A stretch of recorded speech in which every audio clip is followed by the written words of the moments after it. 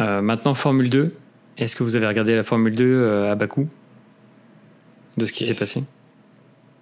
C'est un week-end carton plein pour Berman. Hein. Sprint et course premier. Et oui. Le mec est trop chaud. Et là, ça va être la question. C'est la question qu'on avait préparée parce que Berman, je crois qu'il a quel âge? 17 ans. Ouais. Il a 17 ans et franchement, il a montré une maturité à Bakou qui est exceptionnelle. Est-ce que vous pensez que c'est... Alors, c'est peut-être un peu tôt pour le dire, mais c'est le futur de la F1, même avant de Pourchaire? Moi, je dirais que ça dépend où il tombe. Si il tombe chez House ou un truc comme ça, ou même, ouais, c'est vrai que c'est compliqué. Et on peut même voir De Vries qui a performé en Formule 2, qui a quand même été champion de Formule I, et qu'aujourd'hui galère. C'est vrai que ça dépend vachement de l'écurie où tu tombes. Si tu veux être le futur de la F1, c'est chez Red Bull, Ferrari, Mercedes, et encore maintenant on va ajouter Aston. Tu pourras montrer que t'es quelqu'un, mais en dehors de ça, c'est compliqué. Bon, après, ça devrait plaire à Alex parce que c'est quand même une jeune pousse qui est dans la Driver Academy de Ferrari, donc il est pour toi. Ouais, mais bon, c'est de le voir chez Alpha, ce sera pas le meilleur move non plus, quoi, mais il n'aura pas trop le feu de commencer par là. Et chez As, bon. Bon. Bien que t'as Sainz, hein, bientôt Sainz qui sera rien, et tu le laisses ces 2 ans, et après tu le mets directement dans le grand vin. Hein.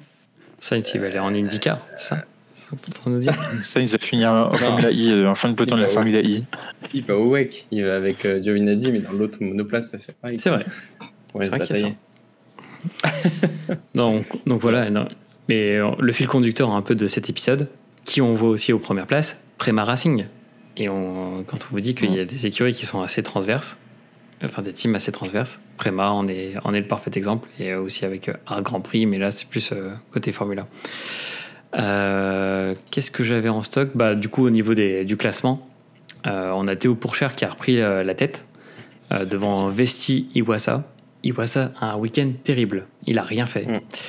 Bierman qui est du coup rookie et qui est 4e du classement. Donc c'est sympa ce petit classement parce qu'on voit les nouveaux en Formule 2 avec le fameux Arthur Leclerc qui est du coup le frère de Charles. Donc franchement c'est un beau tableau hein, cette année la Formule 2. Je sais pas ce que vous en pensez, avec une belle bataille qui s'annonce quand même entre Pourchaire et Vesti pour le titre. Je vois pas trop Iwasa aller chercher parce que il a fait des premières courses, mais en vrai ce qu'il a montré ce week-end ça sent pas très bon pour la suite. Et peut-être un Bierman en mode rookie. Oui, Iwasa de toute façon il va finir super Formula, je pense. C'est vrai que là ça fait 2-3 saisons déjà qu'il est là. Il a déjà laissé passer sa chance. Aujourd'hui, c'est compliqué pour lui dans tout ce qui est Formule 1. Après, c'est vrai qu'il y a d'autres. Je pense qu'il finira peut-être en Super Formula ou ailleurs en DTM ou WEC. Mais c'est vrai que pour lui, l'accès à la Formule 1, je pense que les portes sont fermées depuis la semaine dernière ou il y a 2 ans. Il y a du budget pour le sponsor, je pense, mais ça va être compliqué. Chez lui, il peut faire la Super GT aussi. Japon. Ouais, Super GT aussi. Ouais. C'est hyper populaire chez eux, quoi, mais c'est dommage. Sachant qu'en F2, parce que c'est un pilote Driver Academy Red Bull, en F2, la Driver Academy Red Bull, ça représente quasiment la moitié du plateau. Hein, donc les places vont valoir très très cher. Ouais, c'est pour ça que tu vois, JX, qui est en Super Formula, il est japonais. Et puis là-bas, il y a l'écurie Red Bull qui surdomine là-bas les premières places, comme en F1. Donc c'est vrai que là-bas, il aura tout à fait sa place. Ça va avoir des sponsors, ils sont contents. Un pilote qui a été formé en Europe, etc. Donc c'est vrai que là-bas, il y aura même une visibilité. Et des titres. Ouais. Tout en sachant que, pour rappeler, celui qui gagne on va dire le titre de champion de Formule 2 ne peut pas continuer en Formule 2. Il est obligé soit de trouver une écurie en F1, soit d'aller dans une autre catégorie. Donc ça va être une affaire à suivre.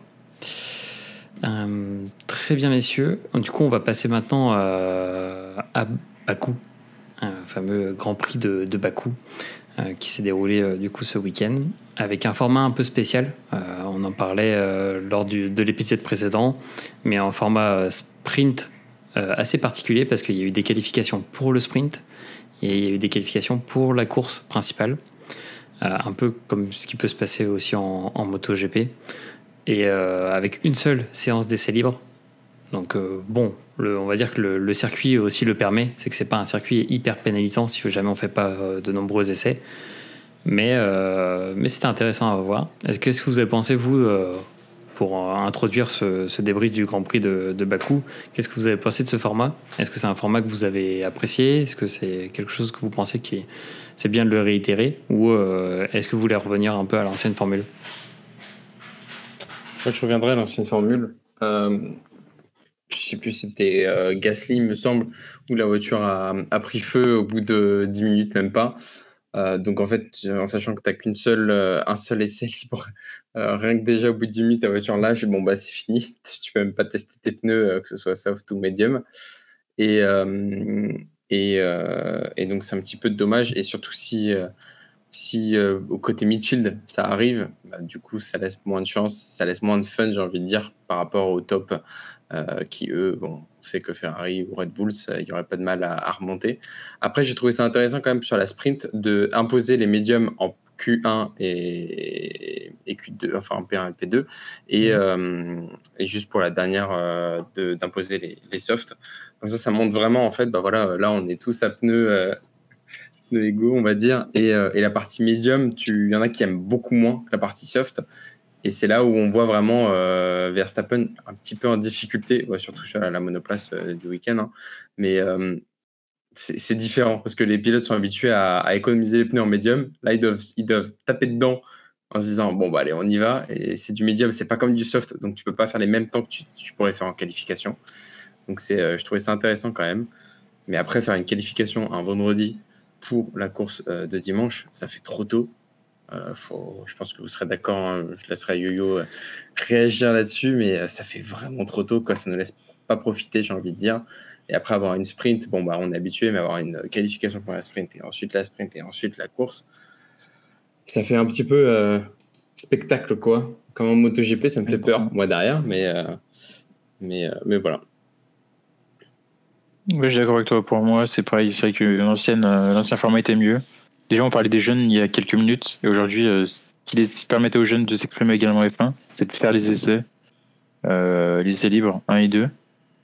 Les essais libres droits devront être faits donc, par ceux qui vont courir pour la course. Mais c'est vrai que 1 et 2, ça permettait justement à des jeunes de se montrer, d'essayer des voitures.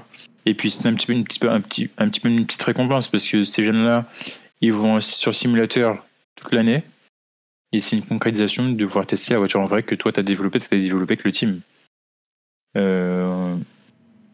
Les qualifs le vendredi, tu es obligé de mettre un timer pour te dire il y a Q3 à 45, il faut que je puisse regarder au moins le dernier tour parce que c'est ce qui est intéressant et c'est ça que tout se passe. Voilà quoi, c'était compliqué de suivre, sinon déjà tu arrives en Q3, tu vois les gens qui ont été éliminés, tu sais pas pourquoi, ce qui est passé. C'est inintéressant. Et puis on prend l'exemple de Gasly, mais si ta voiture prend le feu ou tu as un gros crash, tu perds un moteur, donc le vendredi. Le samedi, tu sais pas ce qui va pas, parce que tu as remonté la va-vite. Tu fais un gros crash, ton moteur prend feu encore. Tu perds 2 moteurs, ta saison est finie, parce que tu repars après chaque week-end avec 10 places de pénalité. Donc je pense qu'il faut qu'il arrive un truc, un gros team, genre un Red Bull qui se plaint, un Mercedes, Ferrari ou un Aston, pour qu'on revienne à un ancien format assez classique. Je pense que ça plaît à tout le monde le week-end de F1. Vendredi et samedi essai, qualif, et puis le dimanche course, quand on n'a pas besoin de 10 000 courses pour plaire, pour que ça fasse plaisir. Et puis les gens qui sont sur le circuit, si on met des courses de support en février, par exemple, on ajoute la F1 Academy, ça peut très bien remplacer un week-end une course sprint ou des qualifs sprint pour quoi que ce soit. C'est vrai. Surtout que bon, après, si on peut tirer juste du positif, comme tu le disais, Alex, c'est vraiment cette sensation de filtrer aussi le nombre d'utilisations des pneus. Et c'était le format assez intéressant de cette qualif. Et même ça, c'était mal fait. Si on se souvient bien, il y a eu 2 pilotes qui n'ont pas pu observer la séance. C'est vrai. C'est vrai que Norris n'avait plus de pneus tendres pour finir. Donc, en gros, il était forcé de terminer dernier de la Q3. Enfin, de la SQ3. Exactement, ouais. C'est vrai, c'est vrai. Alors, du coup, qui a gagné? Bon, c'est Pérez, le fameux roi de la ville. Alors ça, c'était la sprint. Ça, c'est la course principale. Donc, Pérez qui gagne du coup la sprint plus la course principale. Devant Verstappen et devant Leclerc. Et en sprint, c'était un peu le même tiercé, mais un peu dans l'ordre différent, avec Pérez, Leclerc et Verstappen. Dans nos pronos, qu'est-ce qui s'était passé? Qui a gagné? C'est Alex qui a gagné avec 9 points. Parce que tu avais les 3 bons, mais pas dans le bon ordre. En même temps, t'as joué, hein, t'as voulu mettre Leclerc en premier. Leclerc en premier. Et avec moi, dernier comme d'habitude, avec mes 2 points, et Yo-Yo avec 5 points. Va falloir que je change ma stratégie, c'est pas possible. Enfin bref. Tout ça pour dire que il s'est passé des choses aussi un peu à Bakou. On a parlé aussi des directions de course, lenteur dans les décisions. Il y a aussi direction de course, dernier tour, avant-dernier tour, Ocon qui rentre pour changer les pneus parce qu'il avait il avait un changement obligatoire à faire. Il y avait des journalistes en plein milieu de la pit lane. Il a fallu avoir un drame avec ça. Où va la F1, messieurs? Où va la F1? Le show. Là, ils ont annoncé comme quoi il y aurait plus de circuits, ça y est, officiellement aux États-Unis. Donc on s'en va vers de la Indy F1. Et c'est vraiment de pire en pire, quoi, ce qu'on a. On enlève petit à petit des éléments de la F1 des années 2000. Des petits éléments, je sais pas, quelque chose de bête, c'était les avions qui passaient au-dessus du circuit, voilà, une petite parade aérienne, il n'y a plus ça. On avait, je vais être très old school, mais dans chaque match de boxe, il y avait une nana avec un truc comme ça, on avait chaque personne qui était avec le parapluie. Exactement, la Grid Girl. Maintenant, c'est fini. Et en plus, on se prend une pénalité si au bout de 30 secondes, on est encore là. Enfin, voilà, c'est... On donne à des stars le drapeau à damier, mais ils savent pas du tout comment le faire, ou alors ils le font un tour trop tôt. Bon, voilà. Miami, franchement, je serais pas choqué qu'on ait encore un petit souci là-dessus. La semaine prochaine, moi, j'attends juste un seul truc, c'est de l'eau, s'il vous plaît, de la vraie eau dans les petits parcs à côté. C'est le seul truc que je demande.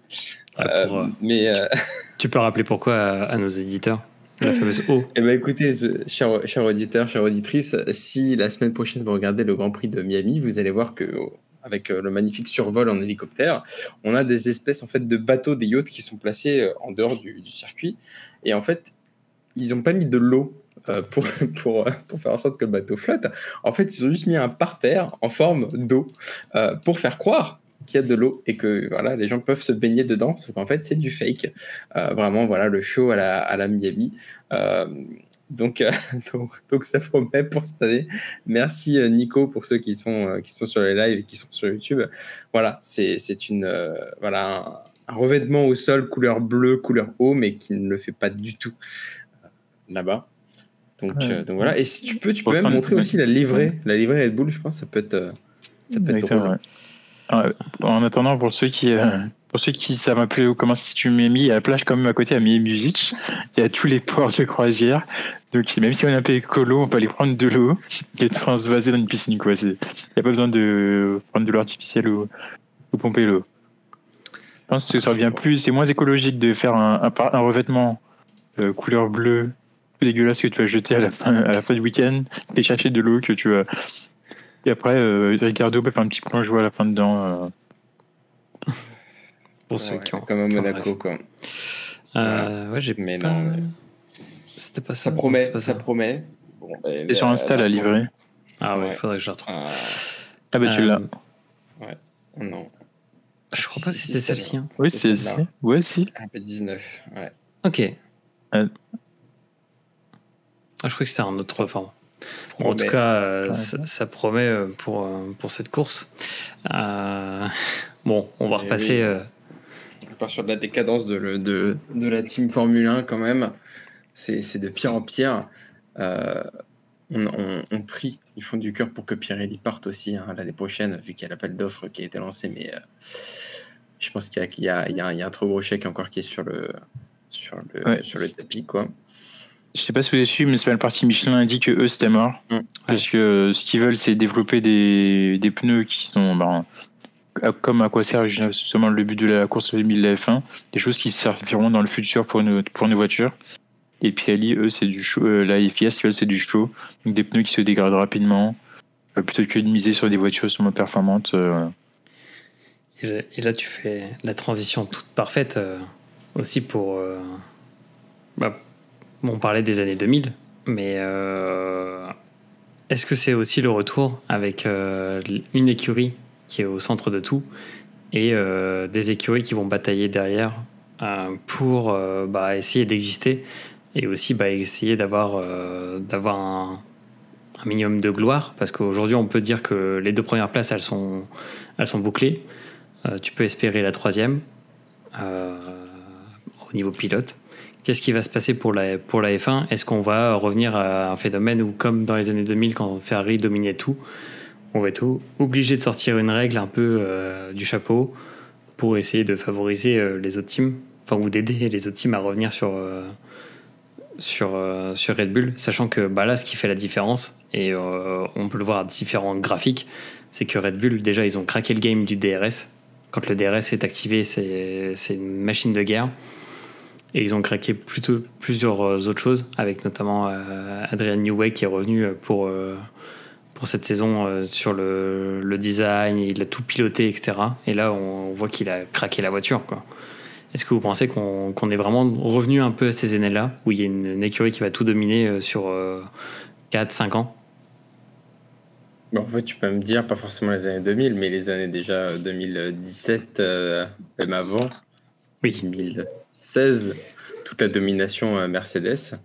Mais je pense que là, on est d'accord que Red Bull, leur monoplace, elle est complètement dingue. Tu me montrais le graphique, je sais plus, il y a 2-3 épisodes, le graphique de la vitesse de pointe avec le DRS, et donc du coup du comportement de la voiture. Et c'était vraiment l'exemple du circuit parfait où on voyait vraiment la différence de vitesse de pointe et avec l'aéro côté Red Bull, où en fait, globalement, c'était Ferrari, je crois, et Red Bull qui arrivaient à atteindre les 320 km/h assez facilement sans DRS. Et dès qu'on avait le bouton magique du DRS, Ferrari avait leur réglage pour 335, quelque chose comme ça. Red Bull, c'était à 340, 345. Williams, ça devait être pareil. Mais c'est juste que, en fait, Red Bull ont craqué le code. C'est qu'avec ou sans DRS, ils étaient juste, quoi qu'il arrive, au-dessus. Sauf en qualif, où c'était quand même assez intéressant de voir qu'en première partie du circuit, Ferrari avait une belle domination.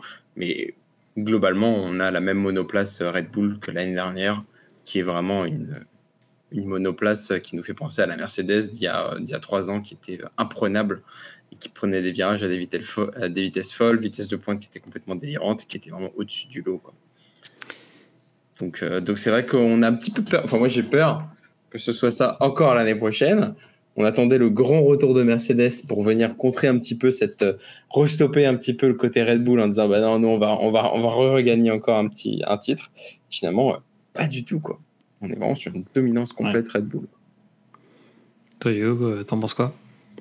Je pense qu'Alex a tout dit, on sera sur une dominance Red Bull, et puis je pense que Mercedes s'est trompé encore cette année, donc le temps qu'il va faire une voiture, ça fait 2024. Le temps de la production, ça fait 2025, et puis on arrive à 2026 avec changement de réglementation, et puis à l'ancienne, quoi.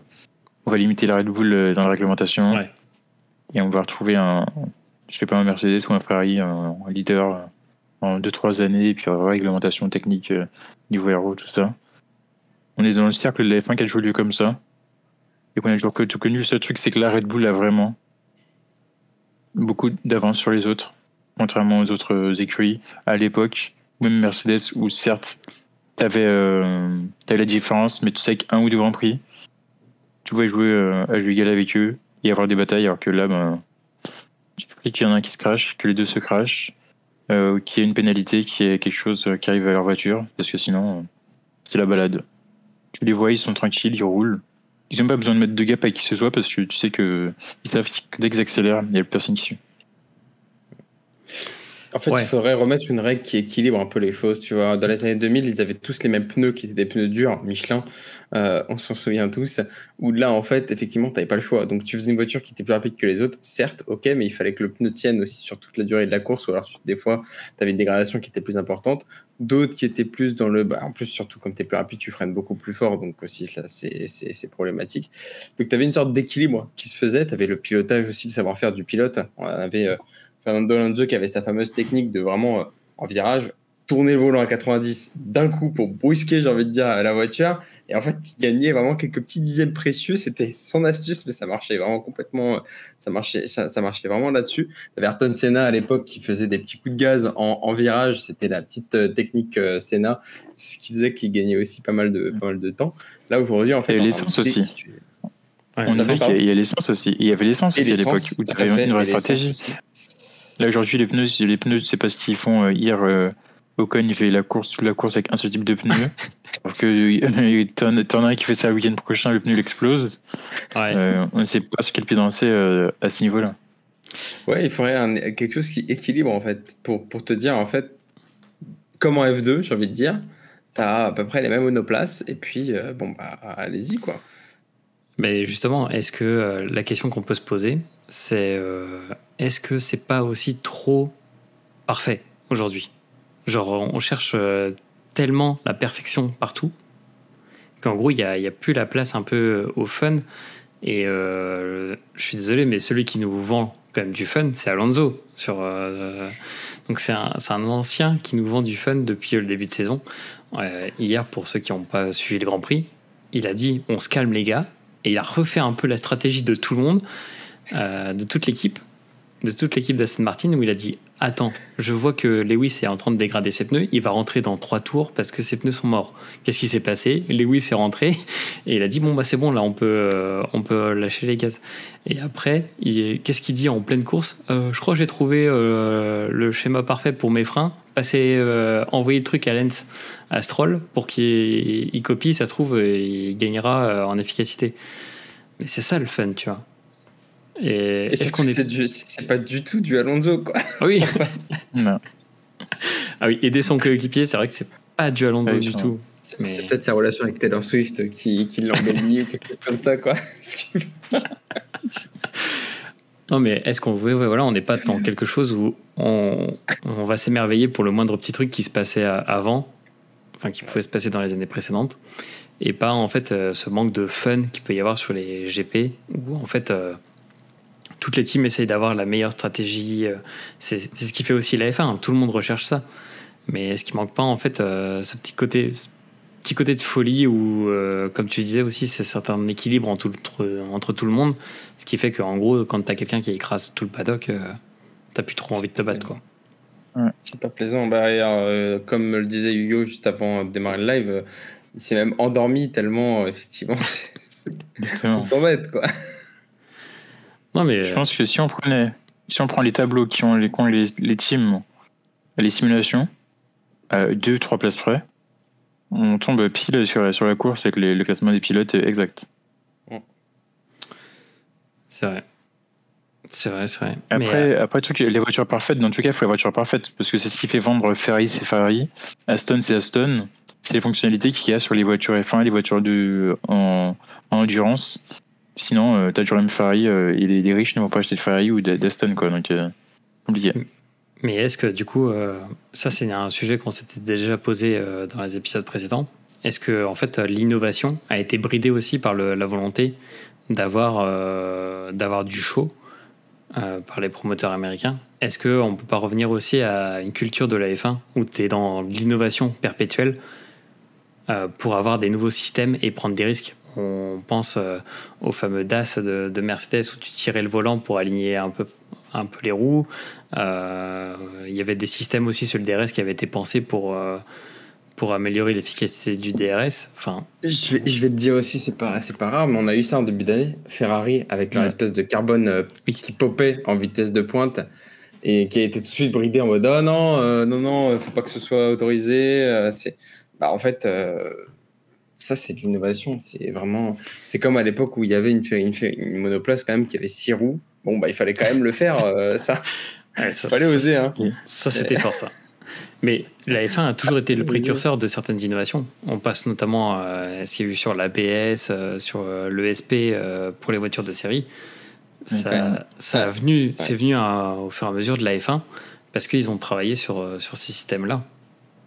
Alors, je tiens à dire, en termes de sécurité, quand même, faut aussi le préciser, là, le Halo a quand même aussi, je pense aussi, sauvé une vie ce week-end avec en F2 un crash, Martins qui se prend le mur et derrière l'autre monoplace qui vient littéralement s'enquiller derrière. Heureusement qu'il y avait le Halo pour faire monter. En fait, Martins c'était du coup comme ça sous la monoplace. Et encore une fois, remercions le Halo là-dessus, mais c'est la seule vraie innovation qu'il y a eu en F1 et qui a ensuite découlé sur les autres sports mécaniques automobiles, mais sinon on n'a plus d'évolution, quoi. Ou c'est bridé, ou alors c'est critiqué par une écurie en disant oh là là, il faut stopper ça, il y aura un avantage conséquent, c'est mort. Ouais, mais ça, tu vois, ça a toujours été le jeu, et puis t'as les écuries qui développaient, parce que tu sais que l'année d'après ou dans 2 ans, ça sera autorisé, donc les écuries développaient leur propre système, mais là, c'est vrai que c'était bridé. Et puis aujourd'hui, de toute façon, on voit que c'est du show.